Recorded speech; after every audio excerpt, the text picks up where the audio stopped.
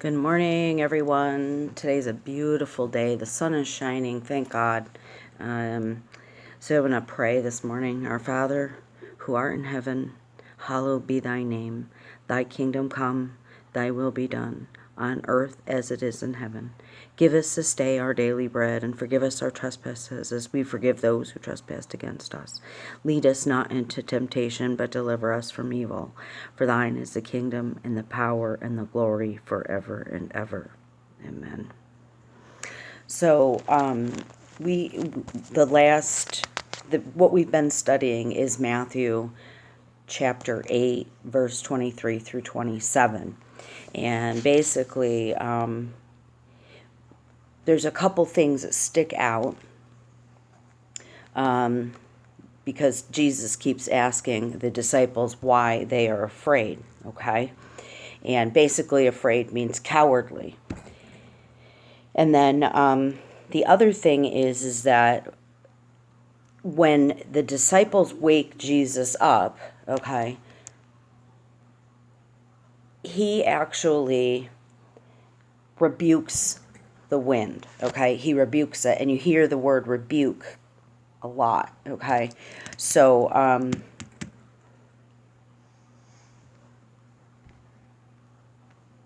there's so much to all this. So we're going to build more on those scriptures, okay? So just something to keep in your mind. There's order and subjection to everything, okay? Because God is a God of order, all right? And he tells of the order. Example, children are supposed to be obedient to their parents. Wives are to be subject to their husband. And he gives an order. And he gives that order in heaven as well, okay? So to keep that in mind, the order. And a lot of people want to get that, they've really messed up the one with wives to be subjective to their husband. It doesn't mean whatever he wants and he's unreasonable. And it's got to be a just thing as well. There's a respect, okay? That's what the whole part of being in an order and in subjection of in its order, okay? So I'm going to break down, okay? So rebuke means to reprimand, scold, and then let me see here in the Vines. I use the Vines Concise Dictionary of the Bible, okay, a lot as well. So I'm going to go to the word rebuke. And of course, this is another great thing because that also gives you scriptures that you can go look up to get a better idea of what rebuke really means. I mean, we have our own idea of what words mean, but I think that when we go to the Bible and we really try to understand what is God trying to say, what does he mean by this word, not the way that we use it, we have a general idea. But so anyway,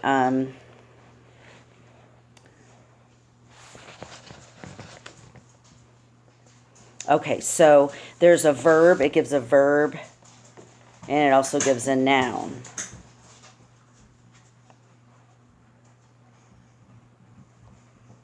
All right, so it says primarily to put honor upon and then to adjudge. Hence signifies to rebuke, except for, and then it gives scriptures.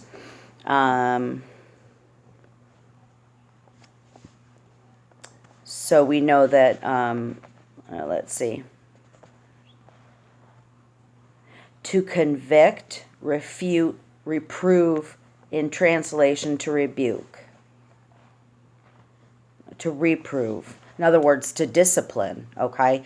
So in other words, that right there is huge, because if something is out of line, it gets reproved, it gets disciplined, okay?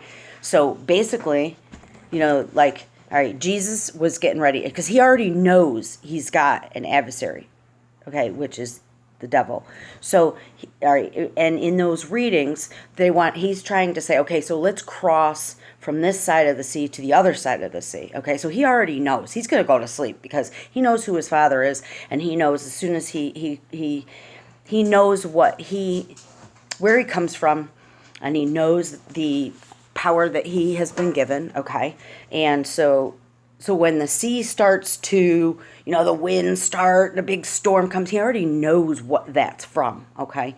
So he's going to discipline it because remember, he has authority because Satan has to listen because there's that order, okay? So he's going to discipline it.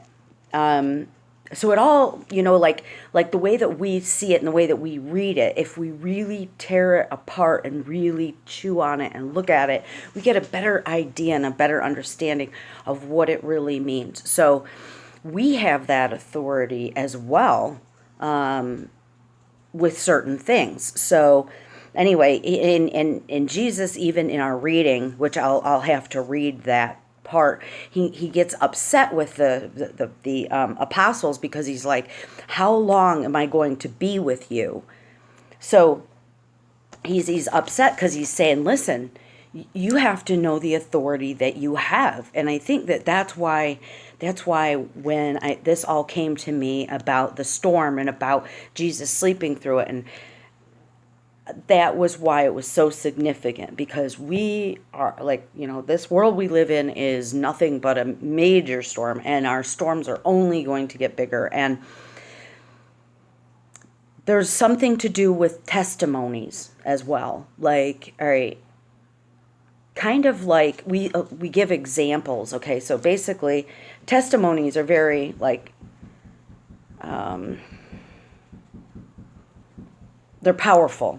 Okay, so like if I were telling you some success story about, how I made this certain meal and what I did to make this meal, and I went through this step, and this step, and it came out wonderful. Okay, that's you're gonna wanna make it like that if you're making that same meal, because I had success with that, and look at it's beautiful, like, everybody loves this meal. So the testimonies are very similar to that way, that this is how we will succeed in following Jesus and God. Okay, so I found the scripture about Jesus. He's saying, come on, get up, like, come on, believe. What is wrong with you? Even, it's interesting too, because we already know that the demons believe. Okay, so this is Matthew 17, and it's verse 14 through, I'll read through 18. This is the demonic. When he came to the crowd, a man came up to Jesus, falling on his knees before him and saying, Lord, have mercy on my son, for he is a lunatic and is very ill. For he often falls into the fire and often into the water. I brought him to your disciples, and they could not cure him. And Jesus answered and said, so think about this now, because he's not really left us. But when he leaves us, how are we to continue the work and do greater things if we don't understand? And this is why God said, my people die for a lack of understanding. So, or lack of knowledge, which is basically the same thing. So he says, okay, I brought him to your disciples. Okay, that's what we are here. And they could not cure him. So Jesus isn't walking amongst us right now for us to go, oh, here, Jesus, heal this, brother or sister of mine. We can do that. We have that this is why he was here too, to teach us. And Jesus answered and said, you unbelieving and perverted generation. Look at what he's calling us. How long shall I be with you? That's that question mark. How long shall I put up with you? You know, bring him here to me. And Jesus rebuked him, and the demon came out of him, and the boy was cured at once. So this is what I was saying. Rebuked is another, it's a very, repeated word and a repeated thing that's happening here. So we're going to build on those scriptures. Okay, so it leads me to Psalms chapter 65, verse 7. But I would suggest, or I would recommend, that you read the entire 65. But I'm not going to right now, but do that on your own time, because I want to get to the point of what I'm talking about. But the title of 65 is God's Abundant Favor to Earth and to Man. So verse 7 says, who stills the roaring of the seas and the roaring of their waves and the tumult of the peoples? So he's like, if we had faith in him, and we already knew we have these things that are coming up against us, just as Jesus did. Remember I said that he said, okay, so let's go from this side of the sea to the other side. Let's cross over to the other side. And in each time that they were in, there was a storm and the winds and everything. So they're out of, he needs to discipline them. He needs to rebuke them. So he's asking. So in other words, you're saying to the Father, you're having that much faith in the Father, and you know where those things come from, that you're going to rebuke them in Jesus' name. Because, well, I'm going to read it again, and then I'm going to continue reading on to the other scriptures. Who stills the roaring of the seas and the roaring of their waves and the tumult of the peoples? Now, I'm not going to stick on this right now, but I want to understand what tumult of the peoples mean. So I would actually go more into that verse and rip it apart a little bit more. But for the sake of what we're doing now, I'm going to continue. Okay, and then we're gonna hang out here in Psalms for a little bit. Psalms 89, and it's 89, verse 9. And I'm going to say the same thing. I would suggest, because this will build more, and we may end up doing that, I don't know. But right now, for the sake of this message, I want to stick right to what we're, the point. Okay, the Lord's covenant with David and Israel's afflictions. That's what we have. That's what's going on with us. We're having afflictions. So, and it's pretty long. It's 52 verses. So, there's a lot going on here. But we're going to read verse 9 out of all of those 52. You rule the swelling of the sea, and when its waves rise. You rule the swelling of the sea. That's God. It's in capital. You. And when its waves rise, you still them. So he has the power to still them. And if we have faith, but that's why I was saying the elements that come at us look so much bigger than us. And I'm talking both spiritually and physically, okay? Because like I said, if I saw boulders of ice coming out of the sky, I am going to freak out. That's my normal human reaction, okay? Because he put that spirit in us to want to live forever. And we can, but not in this life, in this world, and in this body. So if I see fire coming, we've got a forest fire, we're going to run. I mean, that's our reaction, okay? So if we know where all this comes from, and we're out in the ocean like Jesus was, and there's a huge storm and whatnot, we can tell that, we can rebuke it, okay? because if we have faith enough to know that it's God that's causing it, the roaring of the sea or whatnot, and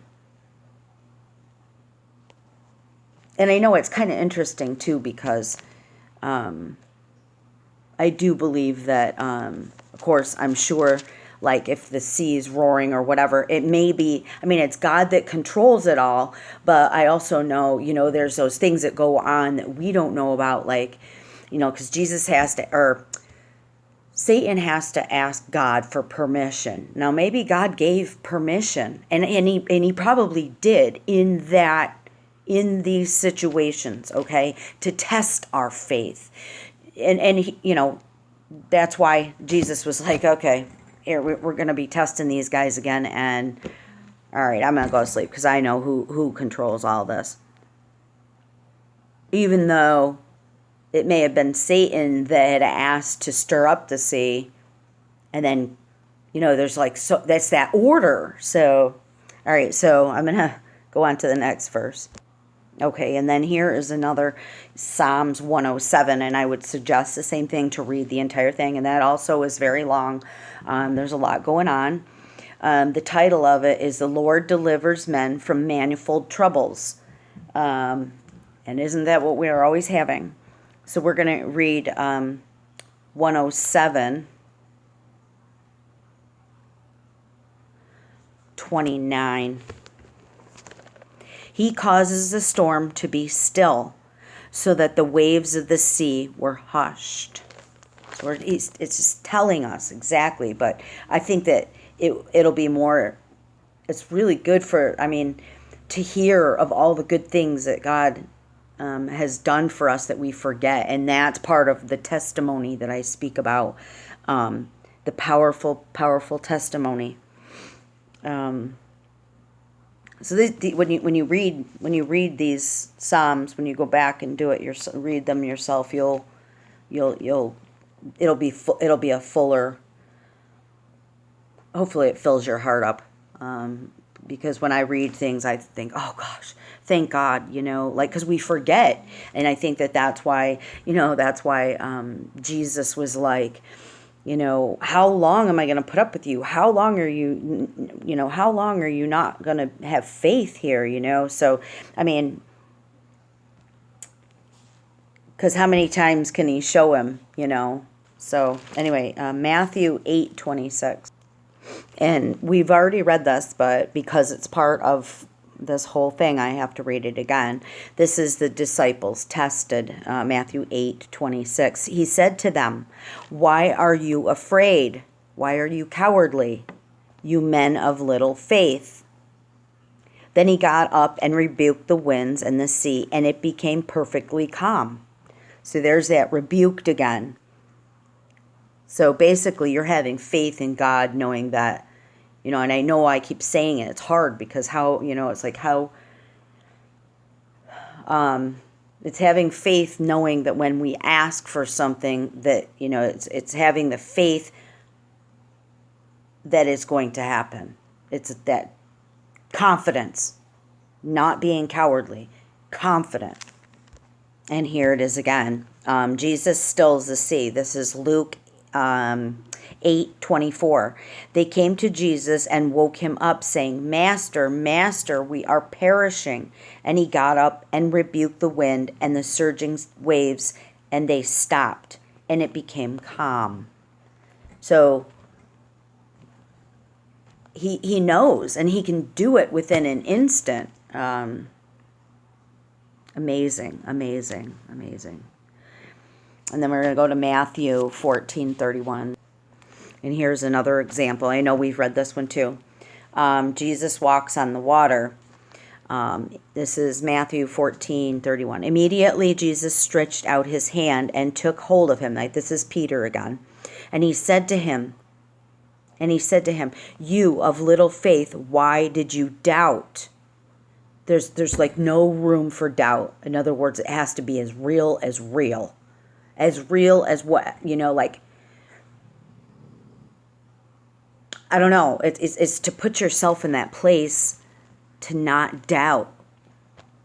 what is it that what is it that's not going to make you doubt that God will calm the seas and that you can walk on water? I mean, that's pretty tough to do. So, I mean, there's a lot of practice and stuff. So, and then we're going to go to Luke 8:25. And again, it's the same scriptures. Jesus still's the same. And he said to them, where is your faith? He's given that question mark again. He wants you to know, he wants you to answer that question. That's like him standing in front of us saying these things. Where is your faith? So if Jesus was standing in front of me and he's saying, where is your faith? I'm going to continue to try and practice that so that I can say, here it is. And they were fearful and amazed, saying to one another, who then is this, that he commands even the winds and the water, and they obey him? It's another question mark, because, of course, wow. And then Luke 5:5. Okay, this is the first disciples. Simon answered and said, Master, we worked hard all night and caught nothing, but I will do as you say and let down the nets. So that's faith right there, saying, I'm not sure I believe, but I'm going to do what you say. I'm having faith in what you say. I'm going to do what you say and put down the nets. And then Luke 4:39. All right, this is many are healed. And standing over her, he rebuked the fever, and it left her, and she immediately got up and waited on them. There again, he rebuked the fever, okay? He disciplined it, and he told it to get in its place, because it's out of its place. It's out of its order. It's not where it's supposed to be, okay? Just like our children. When we discipline them and tell them where to go, where they need to be.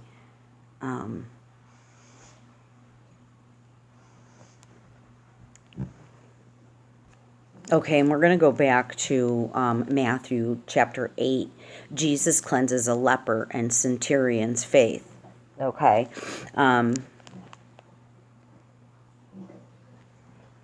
So this is, I'll read right from 1 to 4. Then when Jesus came down from the mountain, large crowds followed him, and a leper came to him and bowed down before him and said, Lord, if you are willing, you can make me clean. Jesus stretched out his hand and touched him, saying, I am willing, be cleansed. And immediately his leprosy was cleansed.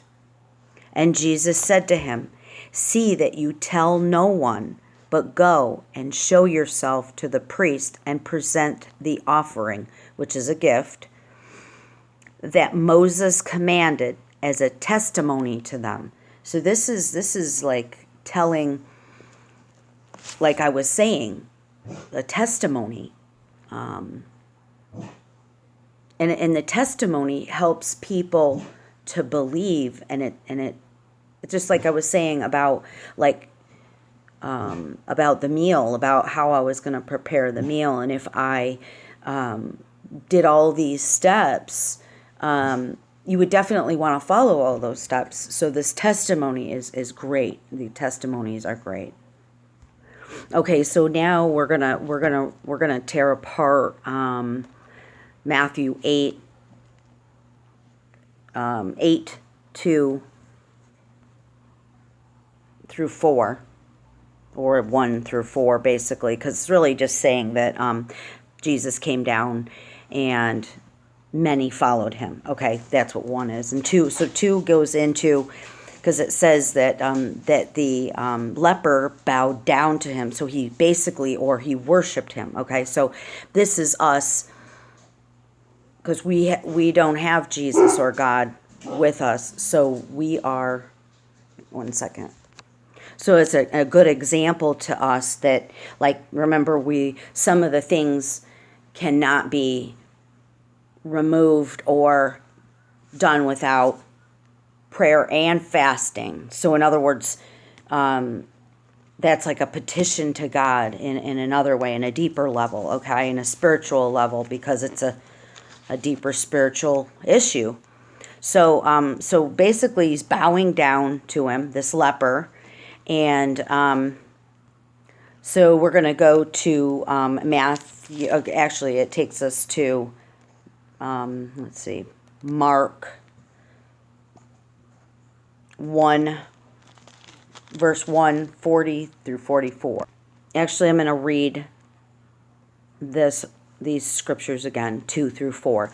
And a leper came to him and bowed down before him and said, Lord, if you are willing, you can make me clean. And Jesus stretched out his hand and touched him, saying, I am willing, and he be cleansed. And he demanded it, be cleansed. He didn't say, oh, well, can you be cleansed? He says, be cleansed. In other words, it's done. And immediately his leprosy was cleansed. And Jesus said to him, see that you tell no one, but go and show yourself to the priest and present the offering, the gift, that Moses commanded as a testimony to them. Okay, and this is Mark 1, 40 through 44. And this is crowds healed. And a leper came to Jesus, beseeching him and falling on his knees before him and saying, if you are willing, you can make me clean. Moved with compassion, Jesus stretched out his hand and touched him and said to him, I am willing, be cleansed. Immediately the leprosy left him and he was cleansed. And he sternly warned him and immediately sent him away. And he said to him, see that you say nothing to anyone, but go and show yourself to the priest, offer for your cleansing what Moses commanded as a testimony to them. Okay, so I wanted to give you a little bit of a background. So we're going to go to Leviticus, because this is why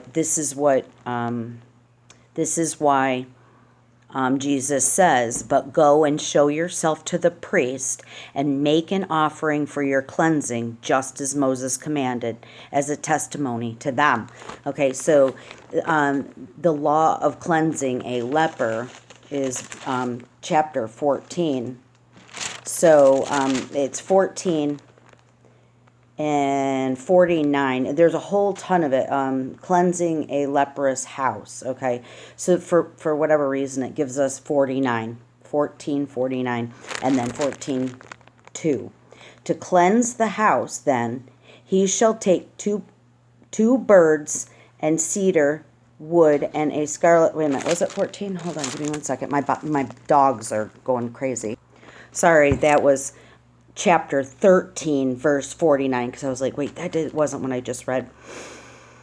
If the mark is greenish or reddish in the garment, or in the leather, or in the warp, or in the woof, or in any article of leather, it is a leprous mark and shall be shown to the priest. And then we're going to go to 14, verse 2. This shall be the law of the leper in the day of his cleansing. Now he shall be brought to the priest. So that's the reason why. So if you want to learn more about it, to go back to Leviticus in this area, like chapter 13 or 14. Yeah. Because that's the way it used to be in the Old Testament. So this is why he's saying, so this is why they have to go to the priest, and this will be the testimony, because you're going to show yourself. Okay, I know there's repetition here, but I'm going to read it anyway because to point this out. I've gone back to Matthew chapter 9, verse 18. While he was saying these things to them, a synagogue official came and bowed down before him and said, "My daughter has just died, but come and lay your hands on her and she will live." Again, bowed down. He's worshiped him. So when we're bowing down and we're worshiping God and we're asking him, we're having that kind of faith to bow down and ask for healing or ask for anything, as we're seeing here. That's when he'll answer us. And here's another. This is hard to say this, but this is Matthew 15, verse 25. But she came and began to bow down before him, saying, "Lord, help me." She's bowing down again. She's worshiping him, and she's saying, "Help me." And then Matthew 18:26. This is called forgiveness. So the slave fell to the ground and prostrated himself before him, saying, "Have patience with me. I will repay you everything." So he's bowing down again. Here's another. This is Matthew 20, verse 20. Then the mother of the sons of Zebedee came to Jesus with her sons, bowing down, making a request of him. So they're bowing down again, as I was saying. And this is like repetitive, bowing down. This is worshiping, saying, "I know where this comes from. I know where I need to go for my help. My help comes from the Lord." And then John chapter 9, verse 38. And Jesus, because this is Jesus affirming his deity. Remember, I was saying there's an order to everything. And Jesus said, "For judgment I came into the world, so that those who do not see may see, and that those who see may become blind." Okay, and then this last, I'm going to end here.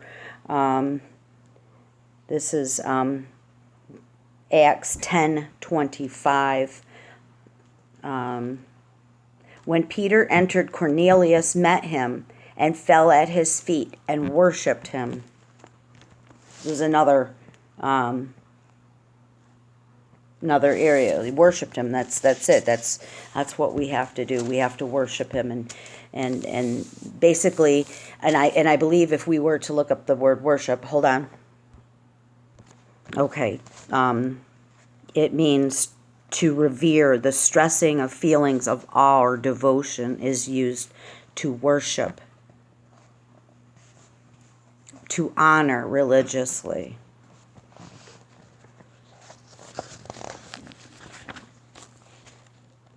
And that's where I'm going to leave it for now.